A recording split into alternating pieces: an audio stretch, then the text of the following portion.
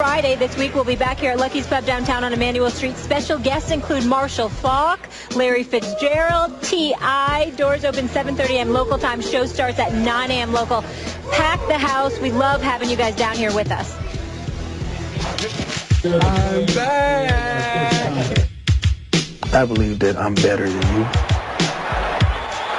I got one thing to say. This is my house. Woo! I built this, and this is my house. All these people are here, they came to see me. To the 10, to the 5, What time is it? It's prime time, prime time, prime time.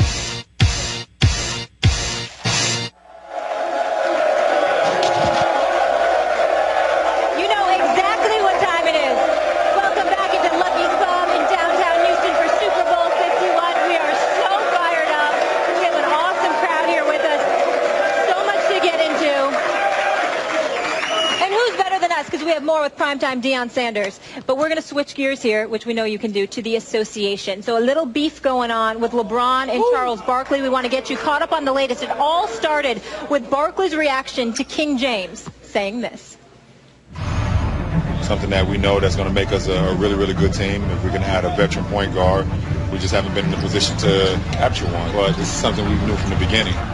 Does he want all the good players? He don't want to compete. He says he needs help. Listen, he's the best player in the world. He's got plenty of help. The Cleveland Cavaliers, they have given him everything he wanted. They have the highest payroll in NBA history. They're the defending champs. And for him to be trying to hold anything over Dan Gilbert's head, inappropriate, whiny, all the above. He wanted J.R. Smith last summer. They paid him. He wanted Shumpert last summer. He's got Kyrie Irving and Kevin Love. He wants everybody. He don't want to compete. He want to be the favorite all the time. It just pisses me off that a guy that great don't want to compete. And so it begins. So here's the deal. King James was over Sir Charles' repeated jabs. He clapped back, and it got personal. Here's the quote. He's a hater. What makes what he says credible? Because he's on TV. I'm not going to let him disrespect my legacy like that. I'm not the one who threw somebody through a window. I never spit on a kid. I never had unpaid debt in Las Vegas. I never said, quote, I'm not a role model. I never showed up to All-Star Weekend on Sunday because I was in Vegas all weekend partying. And now we have this. Charles, the floor is yours. I don't overreact. I'm not going to say anything bad about him or get personal. I stick by what I said. He was all whiny and everything last week. So I'm good, man. If I'm going to be straightforward like I always try to be, I know guys going to come back at me sometimes. So I'm good. He got personal, but like I say, I'm never going to get personal on an NBA player. So that's the latest. Stephen A., talk to me. Well, first of all, I want to say, and I'm happy Prime Time is here because I definitely want to get his take on that because this guy was an epic superstar and he's qualified more so than I am to speak on the subject. What I will say is this. I think that LeBron stepped over the line in terms of how personal he got towards Barkley. Barkley has been ultra critical of LeBron at times. Some would say I have, even though I disagree with that. Others would say others have. But the bottom line is everything that Charles Barkley has said has been about basketball. And when you consider the fact that Barkley only went to one NBA Finals, LeBron has been to 7, that Barkley never won a title, but LeBron has 3. There is a multitude of things that LeBron James could have attacked Barkley on, strictly in regards to basketball. I consider LeBron James an incredible, lucky guy this morning because nobody's perfect. All of us have skeletons. Wow. And let me tell you something right now. Barkley, like a lot of us, knows what they are about ourselves and about everybody else. Barkley did him justice. Wow. He did the right thing by saying, I'm not going to get personal because 2 wrongs don't make a right. LeBron was right to come back at Barkley, right to go at him because Barkley has been critical, but he was wrong to get personal, bringing up the spitting, bringing up debt in Vegas. What's that about? Well, you know how much stuff happens in Vegas? You know how many trips LeBron has had to Vegas along with various others? You trying to tell me you that squeaky clean in every, maybe you are, but Barkley might challenge that. You never know. So to go that route, is just excessive. Barkley did not respond. I applaud him for that. But I also recognize that LeBron has a right to go at him for coming at him the way that he did. But he could have kept it to basketball because all the ammunition in the world was there to go at Barkley about basketball. You did not have to bring up the other personal stuff. LeBron was wrong to do that. That's my take, Primetime. That was very well stated. Very well stated. Number one, I have a problem with two African-American men going at one another, especially publicly. Yeah. This could have been resolved with a phone call. Number two, LeBron got sensitive. And we all know in the hood, when you get sensitive, it gets funny. Okay? He got sensitive because Charles hit him in an area that he was vulnerable. Charles is saying a lot of things that are 100% accurate. LeBron is as well. I do feel as though LeBron is an athlete of all athletes. Yes. What he's done on the court, off the court, has been immeasurable. LeBron is that guy. When you're that guy, you don't need to try to assume this guy or that guy. You're that guy, and that's the difference of the old school versus the new school. I didn't need no pass rush. I got my dude. Okay?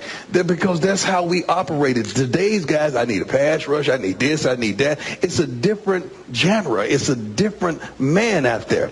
LeBron got sensitive. Now he took unsolicited shots at Charles. Now the problem with this, it puts us in a situation as analysts because we know so much. We know who you are, what you are, how to get down, and we know where you're going and what you're doing. Now we must decide what can we divulge to you all and what we can't. Because we have a responsibility to be honest, but we have a responsibility to cover you as well. Now, this was all wrong, the course that LeBron took. But he did have to check Charles to let Charles know, you're not just going to come at me sideways. I'm going to let you know you don't get down with me like that. So he did have to check Charles. But going personal, I think he went out of bounds. They should huddle up, apologize to one another, and go on and move on with life.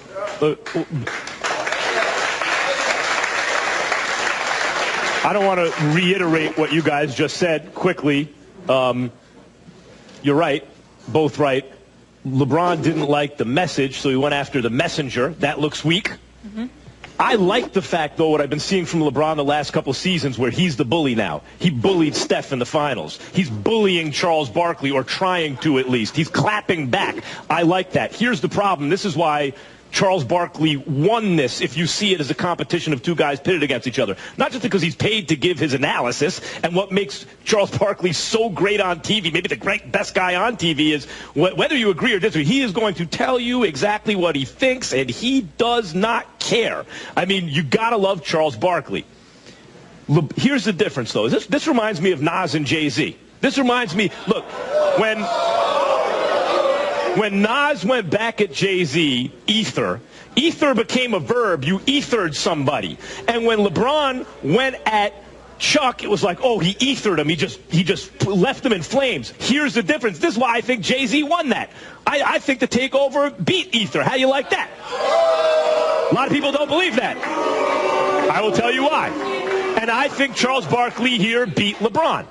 Because whether or not it was true, boy, what Jay said sure sounded true about Nas, right? And Jay acknowledged the things. Yeah, I sampled your voice. You were using it wrong. One was Illmatic. That's one hot album every 10-year average. He gave him credit for what he did well. He admitted his own flaws, but then he said, what's that got to do with what I said? I still told you the truth. And what Charles Barkley just did is, LeBron is right about a lot of things he said. He did his homework.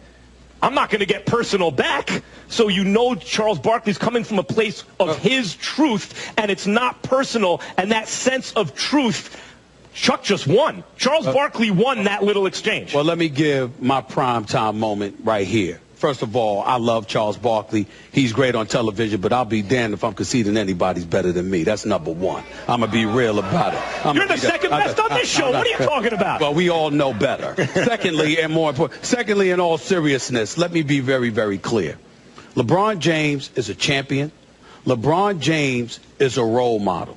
LeBron James has conducted himself in pristine fashion and should be somebody that is revered and more respected than he even is right now, as far as I'm concerned, because of what he walked into the league with, the expectations put on his shoulders, and now how he's not only lived up to it, but he's exceeded it. Having said all of that, none of us are infallible. None of us are flawless. And LeBron was flawed because of what Prime said in terms of his sensitivity, which goes back to my final take yesterday when I said this.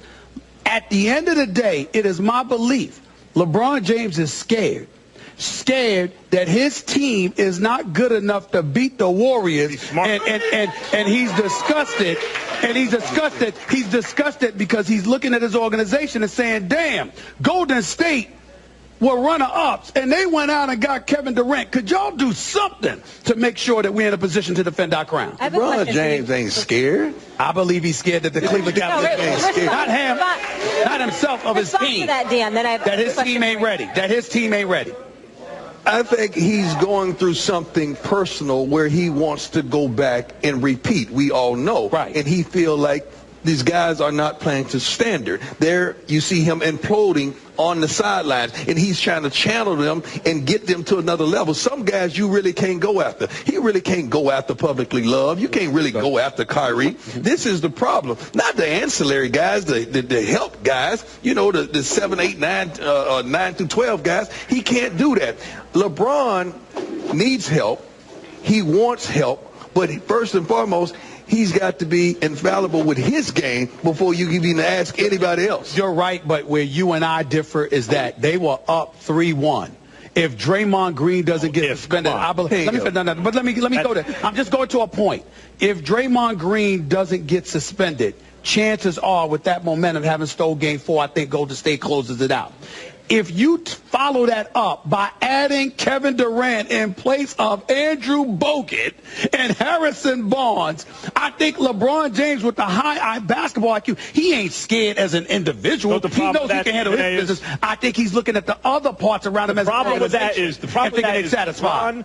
His GM wasn't doing it for him. His owner wasn't doing it for him in Cleveland. So he went out and made the team himself. I don't hold that against him. He put together a team he thought could win a championship in Miami and then in Cleveland. But when you put together a super team in order to win a championship, don't cry because someone else does it better than you, and Golden State is more loaded than you. We got to go to break. That's legit. At the end of the day, as you mentioned, it would have been fair game to attack his game, but not his personal demons. That's right. That was below the belt, and I'm happy that Charles Barkley was above it and didn't delve into that foolishness. But we know how talented LeBron James is and what a class act he is. Not his typical behavior. He's receiving the Jackie Robinson Sports Award tonight at a special presentation during the game. So hopefully, LeBron's got to be thinking, what, I got to be perfect to avoid criticism? If you give LeBron Carmelo, you're going to be upset with him, right? What's that? If you give him Carmelo, you're going to be upset with him. Or why he had to get Carmelo? Why couldn't he do it on his own? Right. But Golden State can get who they want to get, but LeBron can't. I mean, LeBron can himself Kyrie and Kevin Love. Leon will be back with us in just a bit. We have one of the greatest quarterbacks in NFL history, Dan Marino.